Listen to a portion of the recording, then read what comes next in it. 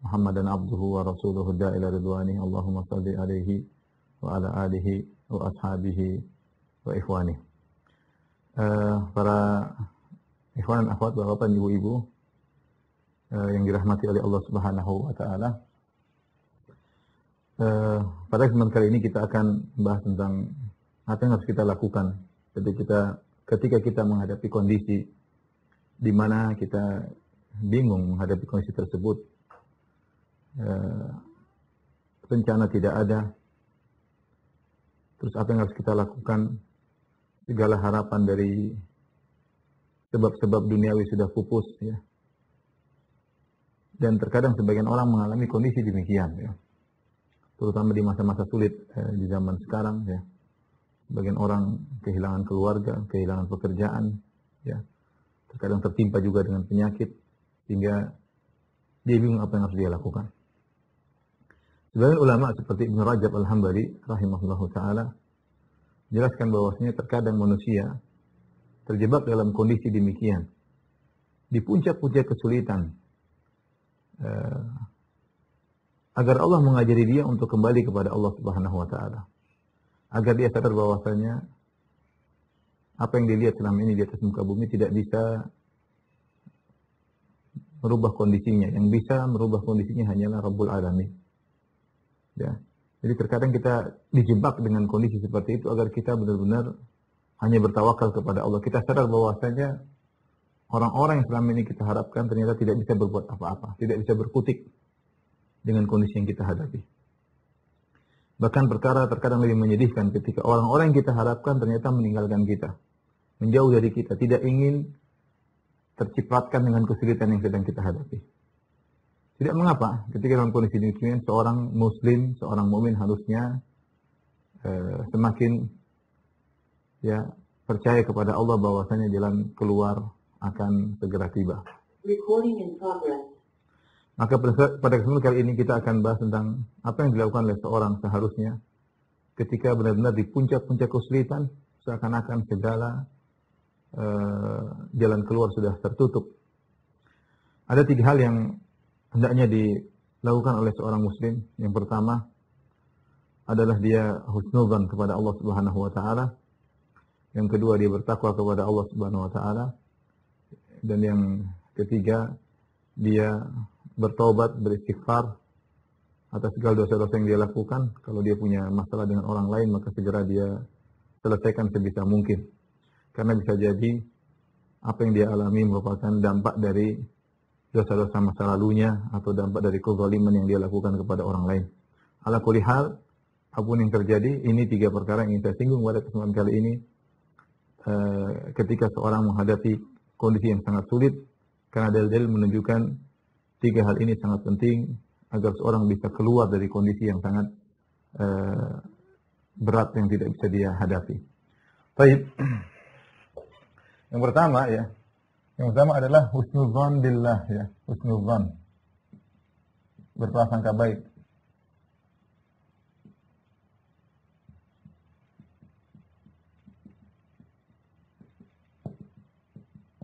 Allah Subhanahu wa taala memuji orang-orang yang berprasangka baik. Kata Allah Subhanahu wa taala, "Wa ahsinu innallaha yuhibbul muhsinin." Ya. Wa ahsinu innallaha yuhibbul muhsinin. Berbuat baiklah, sungguhnya Allah mencintai orang berbuat baik. Dalam ayat yang lain, wa ahsinu wallahu yuhibbul muhsinin. Dan ulama menafsirkan wa ahsinu, mereka mengatakan yaitu ahsanul dzan, ya. Di antara makna wa ahsinu artinya ihsan dzan billah, berprasangka baik. Baik kepada Allah. Ini sebagian tafsiran para salaf. Maka orang kalau berprasangka baik kepada Allah Subhanahu wa taala, maka dia akan dicintai oleh Allah dan dia akan bersama dengan Allah Subhanahu wa taala. Nah, kita tahu bahwasanya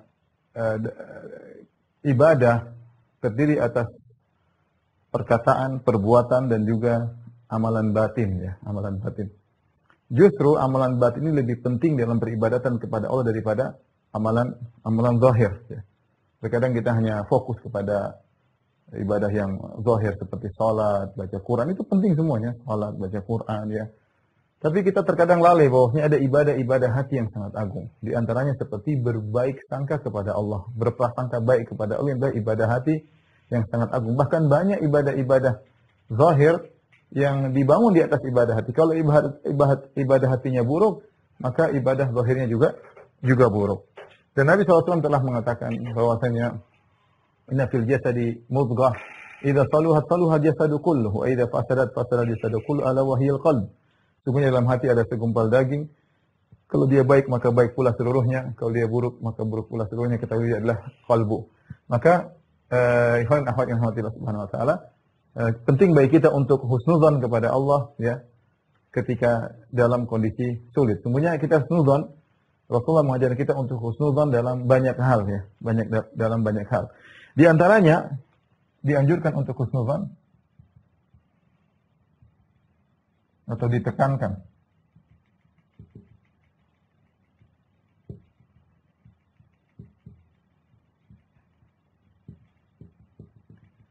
kapan di antaranya ketika akan meninggal ya, ketika akan meninggal.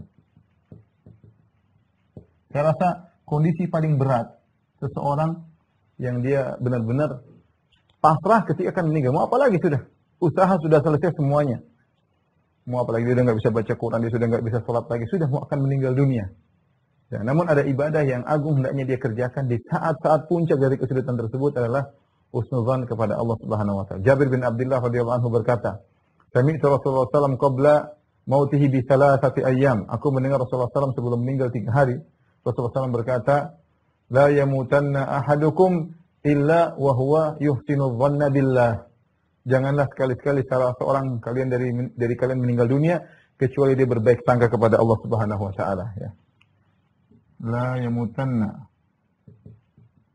ahadukum illa wa huwa yuhsinu dhanna billah. Hadis riwayat Muslim. Jangan sekali-sekali meninggal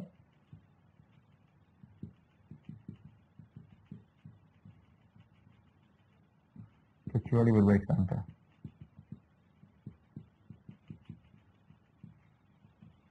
Ini kondisi saya rasa super sulit daripada kondisi yang kita hadapi sekarang. Kita bagaimanapun kondisi kita masih bisa berbuat ya, masih hidup. Tapi kalau sudah menjelang kematian, saya rasa sudah harapan semua sudah pupus. Tapi ingat, Nabi bilang jangan berburuk sangka kepada Allah Subhanahu wa taala.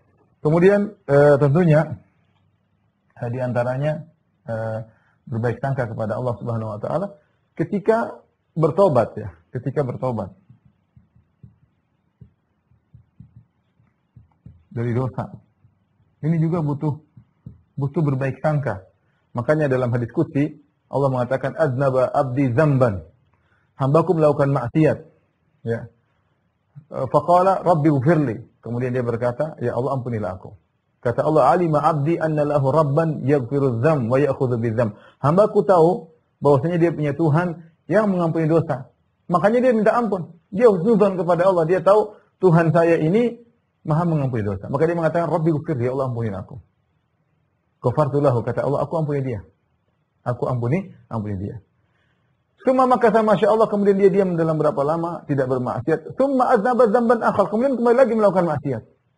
Ketika dia maksiat lagi, dia bertobat, dia mengatakan, Rabbi ghfirli, ya Allah ampunilah aku. Allah mengatakan lagi, alima abdi anna lahu rabban yaghfiru dzam wa ya'khudhu bidzam. Hambaku tahu dia punya Tuhan yang Maha Pengampun, maka dia minta ampun, aku ampuni dia.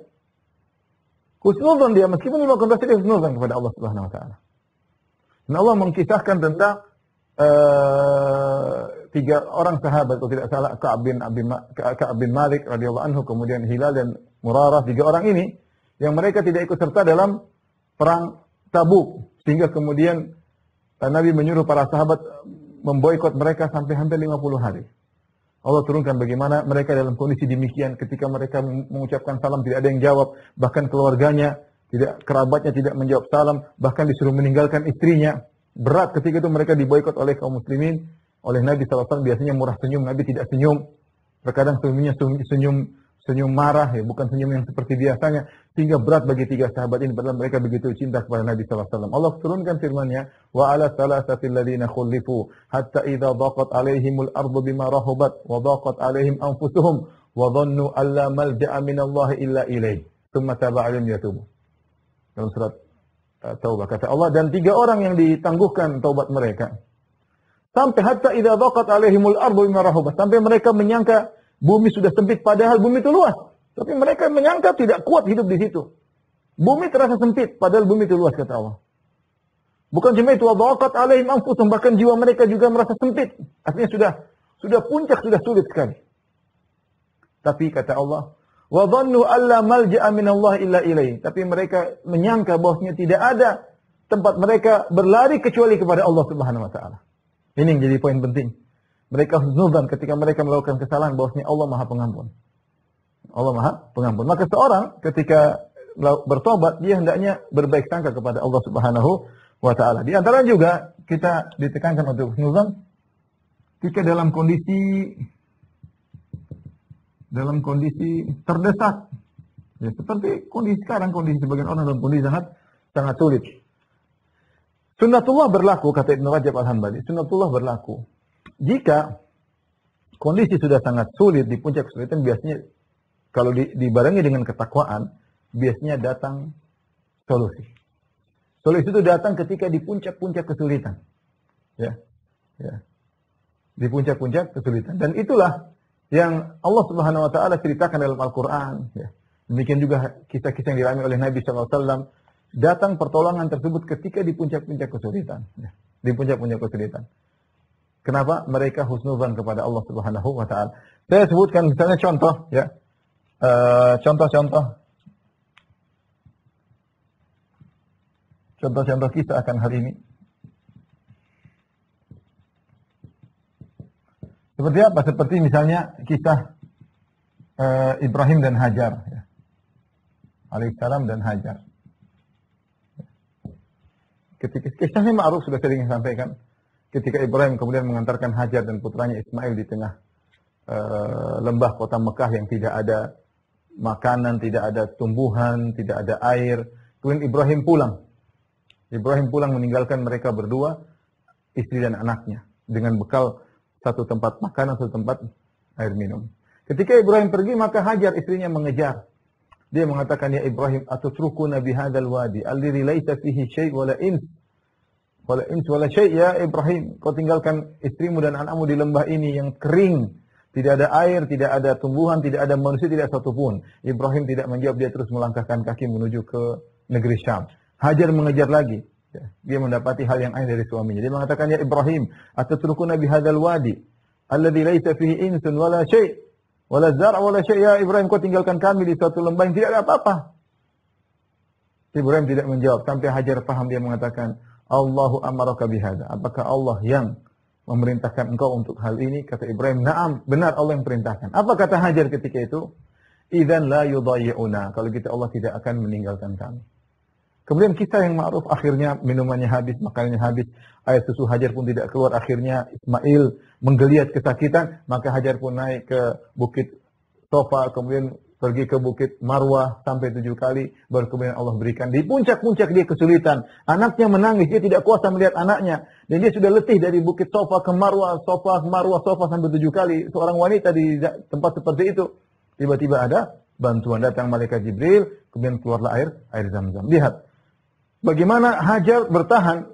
Dia mengatakan, idzan la yudayyi'una. Dia bertakwa, dia bilang Allah tidak akan meninggalkan kami. Ini yang perlu kita perhatikan, bagaimana bisa keluar perkataan idzan la yudayyi'una, Allah tidak akan meninggalkan kita. Kapan seorang bisa mengatakan Allah tidak akan meninggalkan kita? Ketika dia membangun ucapannya di atas ketakwaan. Jadi masalahnya takwa yang penting, sehingga kita bisa husnudzan kepada Allah Subhanahu wa taala. Jadi kondisi sangat sulit dihadapi Hajar, tapi ada solusinya, ya.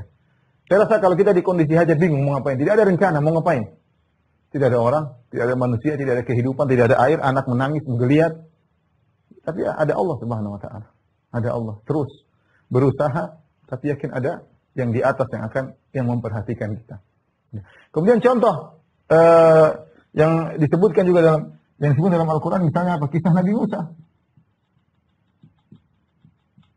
Nabi Musa alaihissalam ketika sudah kejebak, ya, kata Allah Subhanahu wa taala, "Matara al-jam'ani qala ashabu Musa innal mudrakun." Tatkala dua kelompok sudah saling melihat, kelompok Musa dengan kelompok Fir'aun, ya, Fir'aun sudah mengejar dengan ratusan ribu pasukannya, Nabi Musa dan para sahabatnya dan pengikutnya sudah di depannya ada laut merah, tidak ada jalan keluar. Di belakang ada musuh, di depan laut merah, sementara ombak menghantam luar biasa sampai sebagian murid Nabi Musa berkata, "Innala mudrakun, wahai Musa, kita bakalan ketangkap." Sampai sebagian mereka mengatakan, "Wahai Musa, mana janji Tuhanmu?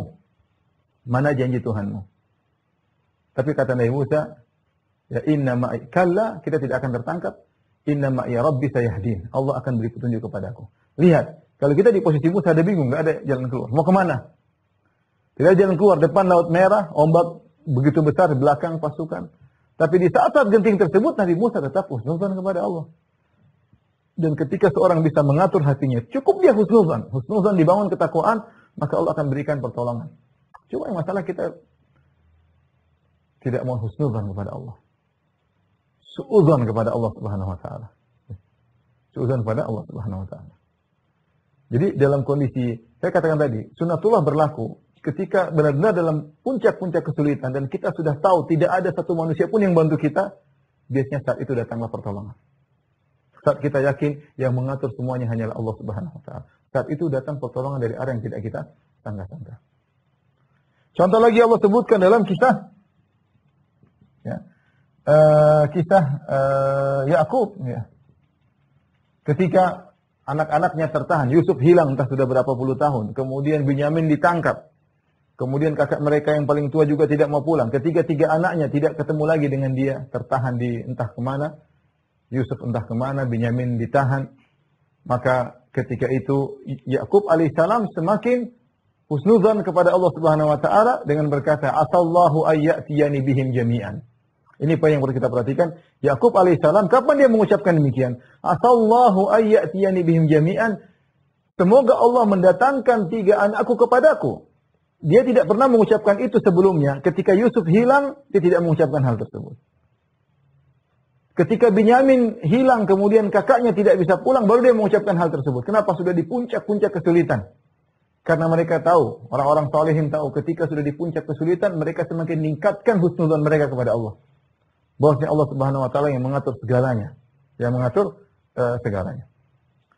Dan kisah-kisah seperti ini banyak. Ya. Nabi SAW juga ketika dalam goa bersama Abu Bakar sampai musuh-musuh sudah di depan.